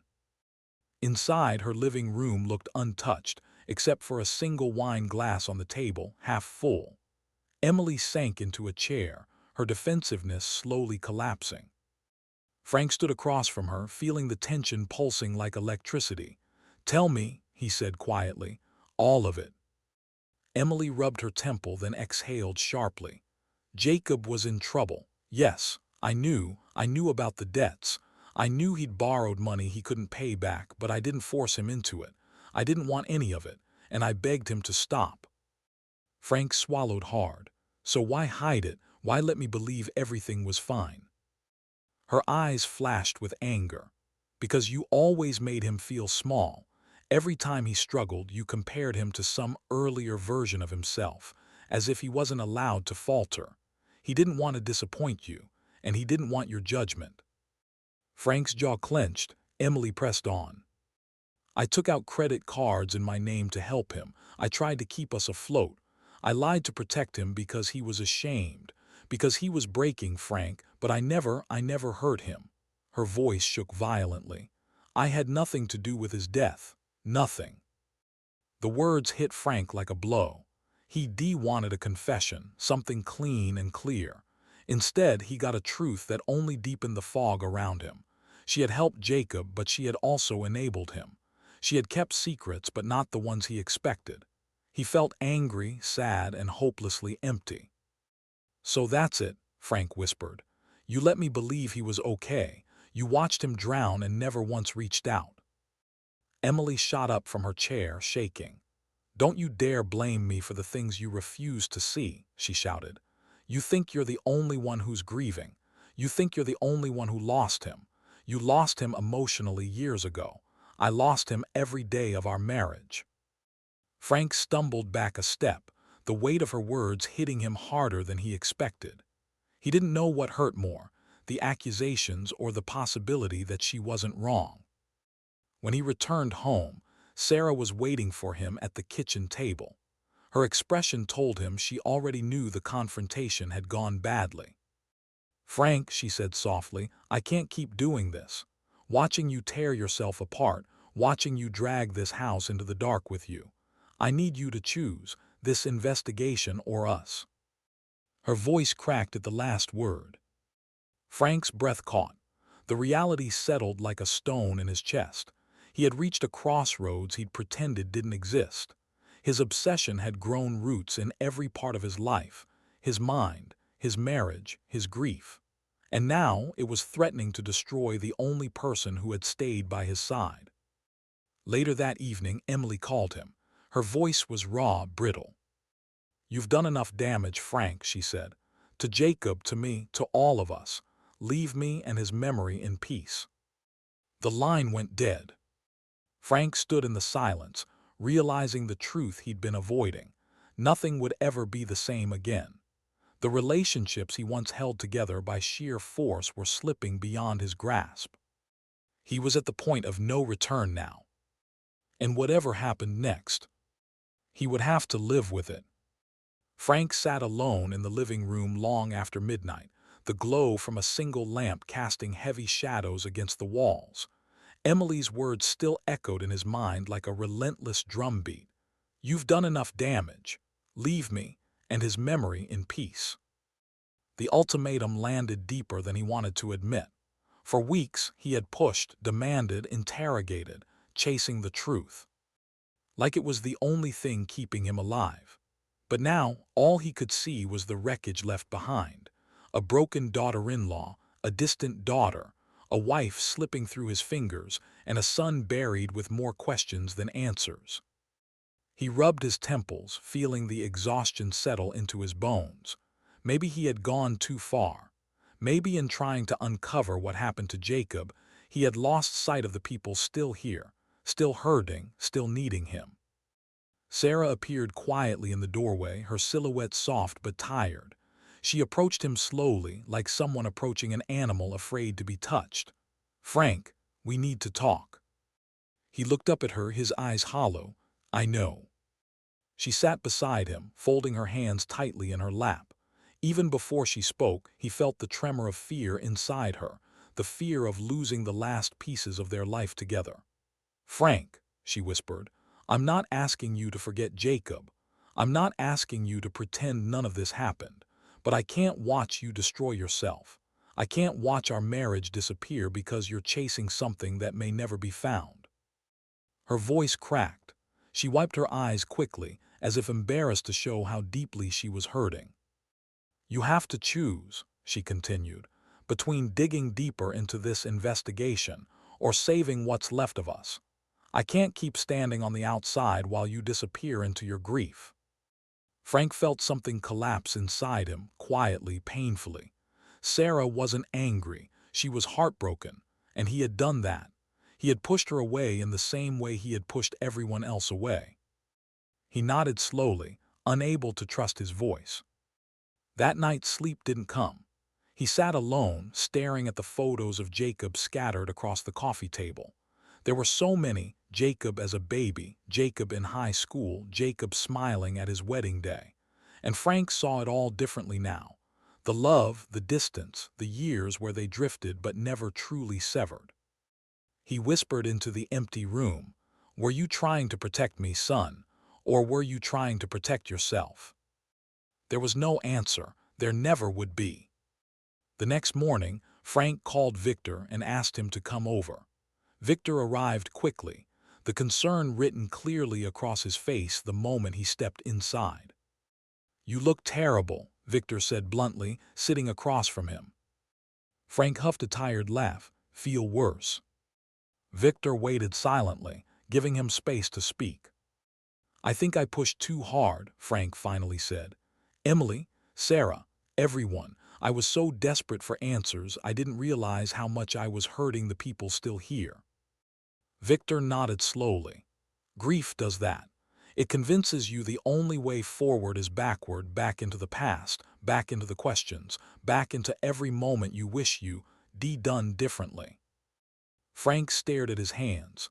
"I wanted closure. I wanted to understand. But now I don't know if it matters anymore. The truth won't bring Jacob back, and chasing it is tearing my family apart." Victor leaned forward, placing a steady hand on Frank's arm. "Sometimes, Frank, the truth isn't worth the cost.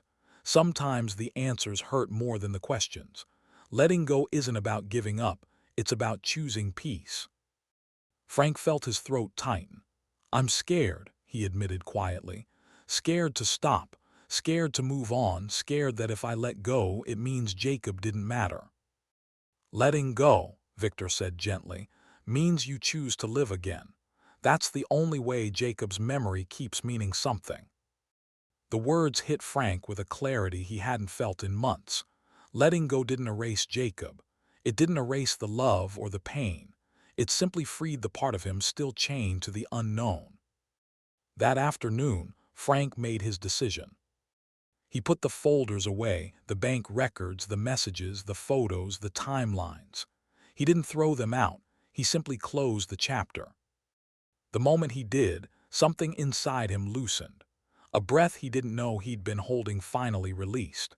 For the first time in months, he felt space inside his chest, room for peace, room for healing, room for something other than guilt. He went to Sarah, who was sitting on the back porch, staring at the fading sky. He sat beside her, taking her hand gently. She looked at him with tentative hope. "I'm done," Frank whispered. "I'm choosing us." Sarah's eyes filled with tears of relief, of love, of possibility. Frank didn't know what the future held. Their wounds were deep, their family fractured, but he knew one thing with absolute certainty. He was ready to rebuild, not the past, but the life still standing in front of him. And for the first time, he felt like it was possible. Frank never imagined he'd find himself sitting on a soft couch in a dimly lit therapy office, hands folded, knees tense, staring at a painting of a calm ocean while trying to steady the chaos inside him. Yet here he was, next to Sarah, who sat with her fingers nervously intertwined, breathing slowly as though she, too, was trying to find her way back from the storm they had both been trapped in. Their counselor, a woman in her early 50s with warm eyes and a calming tone, spoke gently. "Grief doesn't destroy marriages," she said. "Silence does, distance does. Not asking for help does, but you're here, that's the beginning." Frank nodded, swallowing hard. For weeks, he'd been drowning in guilt. Guilt for the way he'd shut Sarah out. Guilt for the way he'd let Jacob's unresolved secrets consume him. But sitting here in this quiet room, he felt the first flicker of something he hadn't felt in a long time: hope. During each session, Frank found himself peeling back layers he hadn't touched in years. He talked about his relationship with Jacob, its fractures, its regrets, the moments he wished he could redo. He talked about his anger, about the endless questions that had carved deep trenches into his heart. And beneath all of it, he talked about Sarah, the woman he had nearly lost while chasing ghosts. Sarah listened, sometimes with tears, sometimes with a soft smile, sometimes with the weary compassion of someone who'd carried more pain than she ever admitted. She opened up, too, about her loneliness, her fears, her heartbreak at watching the man she loved slip into the shadows of obsession.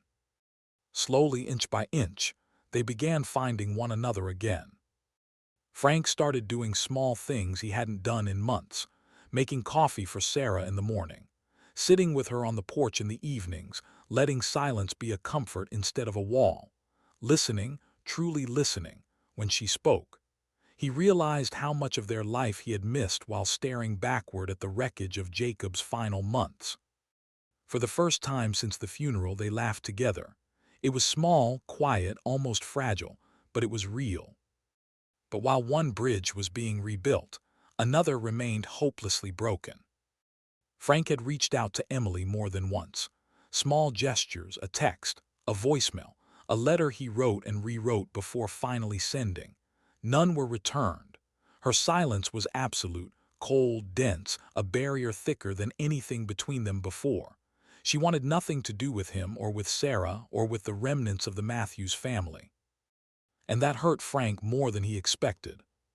He wanted to fix things with her. A part of him still believed he owed her something, an apology or understanding or simply space to grieve in her own way. But every attempt he made was met with the same impenetrable wall. Emily wasn't ready.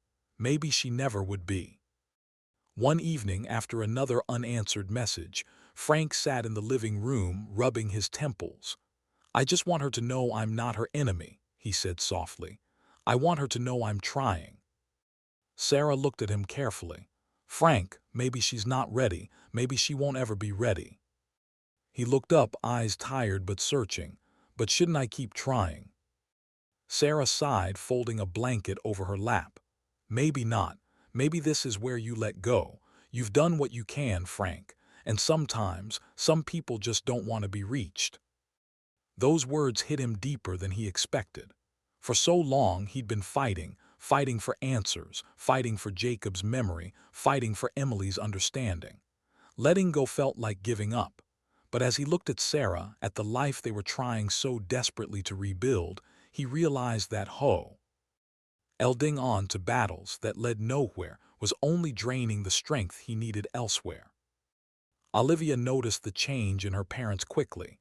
She visited one Sunday afternoon, sitting across from them with a look of guarded hope. "You two seem lighter," she said, almost surprised. "I haven't seen you like this in months." Frank smiled faintly. "We're trying." Olivia nodded slowly. "It shows, and I'm proud of you both. It's okay if things don't go back to the way they were. It's okay if some people don't come back at all." Her gaze softened. "Maybe letting go of Emily is part of healing, too." Frank let the words sink in. Each one felt like a small piece of truth he'd avoided for too long. That night Frank sat outside, listening to the quiet sounds of the neighborhood. For the first time in months, he didn't feel the constant pull toward the past. Instead, he felt something shift inside him, something warmer, calmer, more grounded. Healing wasn't a destination. It was a process, a slow climb back toward himself. And as he looked up at the night sky, he felt, for the first time, that he was finally moving in the right direction. He wasn't whole yet, but he was becoming someone new, someone stronger, someone softer, someone who understood that healing wasn't just about uncovering the truth. It was about learning how to live again. And tomorrow, he knew, the work would continue. The days that followed felt different, not lighter exactly, but calmer, as if someone had finally turned down the volume on the constant noise inside Frank's mind. For the first time in months, he and Sarah were moving step by step in the same direction, instead of drifting further apart. They spent more time together, not out of obligation, but out of a quiet desire to reclaim what grief had threatened to steal from them. Their mornings began with shared coffee instead of silence. Their evenings ended with soft conversations rather than sharp arguments. And slowly, almost cautiously, they began rebuilding the connection they'd nearly lost. Frank found himself watching Sarah more, her small smiles, her steady presence, the way she held his hand without saying a word. He realized how much he had missed her, how much he had taken her for granted while drowning in questions he could never fully answer. Healing wasn't sudden or dramatic. It was subtle, like a gradual clearing of fog, revealing the familiar landscape he'd forgotten existed. Still, the shadow of Emily lingered. Frank couldn't deny that her coldness, her hostility, her refusal to speak to him still stung in places he wished it didn't. But he also knew that he couldn't continue living in that tension. He couldn't keep dissecting her every choice, her anger, her resentment. For months, she had been the center of his frustration and guilt. Now, he began to understand something painful but necessary. He might never truly understand her, not fully, not deeply. And maybe that had to be enough. Emily continued to isolate herself both physically and emotionally. She didn't respond to his messages. She didn't return his calls. She didn't try to mend anything, and Frank finally stopped pushing. He stopped replaying scenes in his head, stopped searching for explanations that weren't his to find. It was not his job to fix her grief or her secrecy. She had her own demons, her own battles, and Frank was finally learning where his boundaries needed to be. One afternoon, Sarah suggested they take a short trip, nothing extravagant, just a few days away from the house that had become a shrine to unanswered questions. Frank hesitated at first. Leaving felt strange, almost disloyal, as if he were abandoning the investigation permanently. But the thought of breathing fresh air, breaking the routine of grief, and focusing on something that wasn't shrouded in sorrow, that felt like something he desperately needed.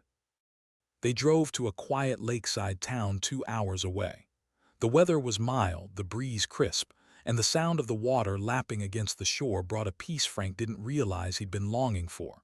They walked along the pier, ate at small local diners, and talked about memories, good memories, from years before their world fractured.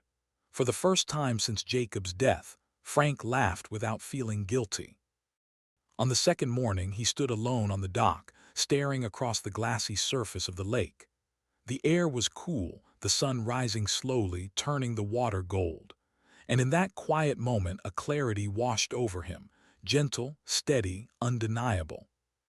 He realized he had been so obsessed with Jacob's past, with the mysteries surrounding his death, with the fragments of truth he couldn't piece together, that he had nearly lost sight of what truly mattered, the people still here.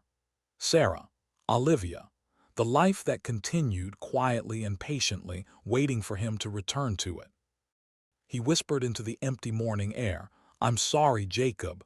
I should have seen you clearer when you were here. But I can't send. I lost in the past forever." When he returned to Sarah, he hugged her a little tighter, held her a little longer. She could feel the shift in him, the softening, and she exhaled with relief, because she had been waiting for this version of Frank to resurface, the one who saw beyond the pain. Back home, Frank spent more time with Olivia. They shared meals, walked through old photo albums, talked about her memories of Jacob, not the dark ones, but the small, warm ones she cherished. He realized how much he had missed in her life while chasing ghosts. The guilt faded as he allowed himself to simply be present. Healing didn't erase the pain, but it made room for something else: growth, strength, understanding. Frank felt himself maturing in ways he hadn't expected. He was no longer driven by anger or disappointment. Instead, he carried a quieter resolve, a deeper compassion, and a readiness to move forward, not perfectly, but honestly. And for the first time since all of this began, he truly believed he could. Frank sat on the back porch in the cool morning air, a cup of untouched coffee warming his hands. The sky was soft and pale, the kind of sunrise that whispered instead of announced itself. For the first time in months, he felt no urgency, no overwhelming pull toward unanswered questions, no frantic need to dig deeper into Jacob's past. Instead, he felt a steady, unfamiliar stillness settling inside him. It wasn't joy, it wasn't closure, but it was something close to acceptance. He finally understood that the family he once knew, the laughter-filled dinners, the traditions, the effortless closeness, would never return. Too much had happened. Too much had broken. But healing didn't have to mean going back. Sometimes healing was simply choosing to move forward piece by piece, without dragging the past behind him like an anchor. Forgiveness, he realized, didn't start with other people. It started with himself. In the days that followed, Frank began reaching out to family members he'd grown distant from during his descent into grief. Olivia was the first. She arrived one evening, hesitant at first, as if unsure what version of her father she would find. But the moment she stepped inside, Frank pulled her into a long, wordless hug, one that said more than any apology could. They sat at the kitchen table for hours, talking honestly for the first time in what felt like years. Olivia confessed that she had felt lost watching him spiral, unsure how to bring him back. Frank admitted that he had been so consumed with chasing answers that he hadn't seen how much she, too, had been hurting. By the end of the night, something between them had mended, not fully but enough to feel real, enough to feel hopeful. But while some relationships tentatively began to stitch themselves back together, others remained painfully unchanged. Emily still didn't answer his messages. She didn't call. She didn't respond to letters. She didn't even acknowledge the olive branches he'd extended, small as they were. Her silence was a wall he could no longer climb, and eventually he stopped trying. Not out of anger, but out of acceptance. People heal at different paces. Some never open the door at all. Frank finally accepted that Emily might always hold onto her resentment, her grief, her broken memories of Jacob. She had chosen her distance, and he couldn't force closeness anymore. Some relationships simply weren't meant to be repaired, and that realization, surprisingly, didn't shatter him the way he once feared it would. He let go of his anger toward her, the bitterness, the frustration, the lingering hurt. It didn't excuse the things she had said or done. It didn't erase the wounds, but it freed him from carrying emotions that no longer belonged to him. Instead, Frank turned his focus toward the family still within reach, toward Sarah, who had stood beside him even when it felt like he was disappearing into darkness, and toward Olivia, who had shown him what resilience looked like even when her world was unraveling. One evening after dinner, Frank and Sarah sat together in the quiet living room. The weight between them felt different now, lighter, softer, more forgiving. Sarah looked at him, her expression open and vulnerable. "Frank," she said gently, "we made it through hell, but we're still here, together." He took her hand, holding it with a kind of deliberate tenderness he hadn't shown in months. "I'm sorry," he whispered, "for everything, for shutting you out, for losing myself, for making you carry more than your share of this grief." Sarah's eyes filled, but she shook her head. "We both carried it, just in different ways." Frank leaned closer, overwhelmed by emotion. "I love you, Sarah, and I want us to move forward, not stuck in the past, not drowning in what we lost, but building something new, something that honors Jacob without destroying us." Tears spilled down her cheeks, but her smile was warm. "I want that too, more than anything." The moment felt like a turning point, one built not from grand revelations, but from honesty, vulnerability, and a shared willingness to rebuild. Although Emily's actions still lingered in Frank's thoughts, the coldness at the funeral, the accusations, the silence, the memories no longer tore him apart. The sharp edges had softened. He could feel the pain, acknowledge it, and still keep moving. He was no longer consumed by it. For the first time since Jacob's death, Frank sensed a path forward, narrow, fragile, but real. A path paved not with answers but with acceptance. A path built not on fixing what was broken, but on cherishing what remained. Letting go didn't mean forgetting. It meant choosing peace over punishment, choosing love over regret. And as he sat beside Sarah, hands intertwined, Frank understood something he'd been chasing all along. Sometimes the future begins the moment you stop fighting the past. The morning light spilled gently across the kitchen table as Frank and Sarah sat together, sharing breakfast in a peaceful silence that felt earned rather than forced. Their journey through grief, anger, fear, and reconciliation had reshaped them in ways neither could have predicted. But now, as they moved through their days with more intention and tenderness, it was clear. This was a new chapter, one grounded not in loss but in healing. They had weathered their personal storms, and though the scars remained, they no longer defined their future. Frank watched Sarah stir her coffee, a soft smile tugging at her lips as she read the newspaper. It was a simple scene, ordinary even, but for him it held immense weight. Months earlier, this quiet moment would have been overshadowed by tension or grief. Now it felt like a small miracle. He reached across the table, resting his hand gently over hers. She looked up, her smile widening with warmth he thought he had lost forever. Emily's absence lingered in the background, but the emotional chokehold it once had on him had faded. Frank had done everything he could, extended olive branches, sought understanding, offered forgiveness. And though she had chosen distance, he carried no bitterness. What once felt like an open wound now felt like a closed chapter. He finally understood that peace didn't always come through reconciliation. Sometimes it came from accepting someone's choice to walk away. His focus shifted to the people who wanted to stay, like Olivia. Their relationship, once strained by grief and silence, was gradually rebuilding. She visited often, helping Sarah cook, sitting with Frank in the living room to talk about memories of Jacob, or sometimes about nothing at all. One evening, after a quiet dinner together, Olivia pulled Frank aside. "Dad," she said softly, "thank you for trying for us, for being here again." Her gratitude washed over him like a balm. It wasn't loud or grand, but it was sincere, and it told him he was finally becoming the father she needed again.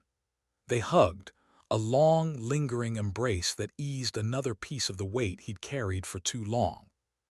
Over time, the family began to reconnect in small, meaningful ways. Shared dinners replaced lonely nights. Conversations flowed more easily. Even the silence felt comforting instead of suffocating.